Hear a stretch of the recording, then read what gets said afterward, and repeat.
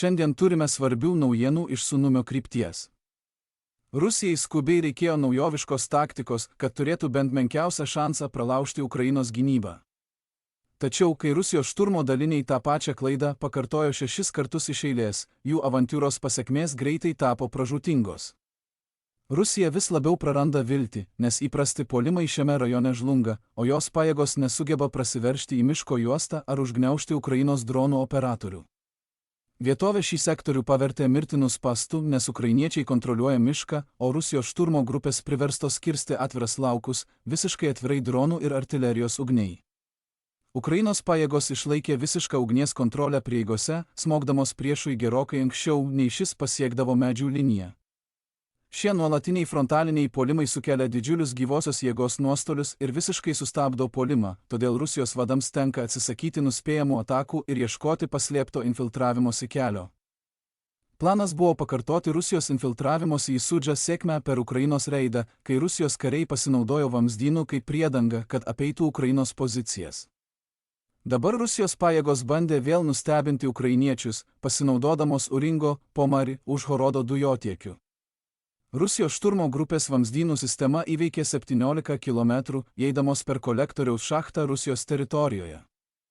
Pakeliui jos įrengė 2 poilsio punktus, esančius maždaug 5 km atstumu vienas nuo kito, leidžiančius kariams vamzdyje išbūti iki 7 dienų.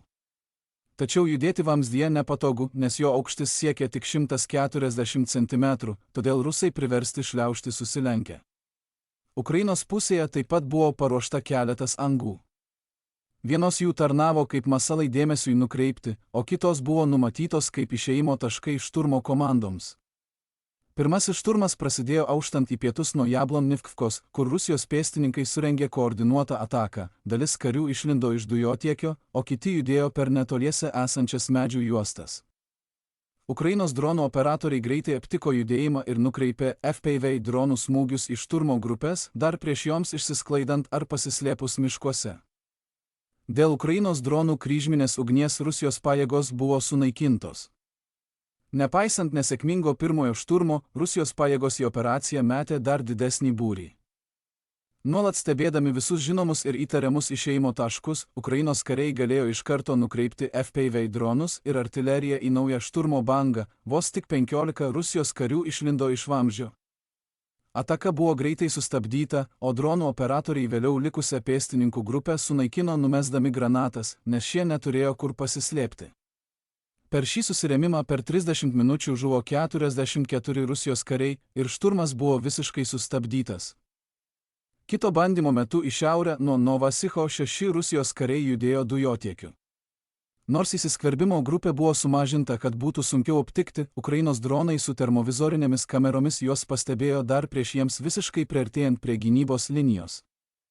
Kai papildomos Rusijos šturmo pajėgos bandė išsisklaidyti išėjusios iš vamzdžio, Ukrainos artilerija tiesiogiai smogė jiems lauke, o likusius karius vėliau neutralizavo smūgiai iš sunkiųjų vampyrų dronų.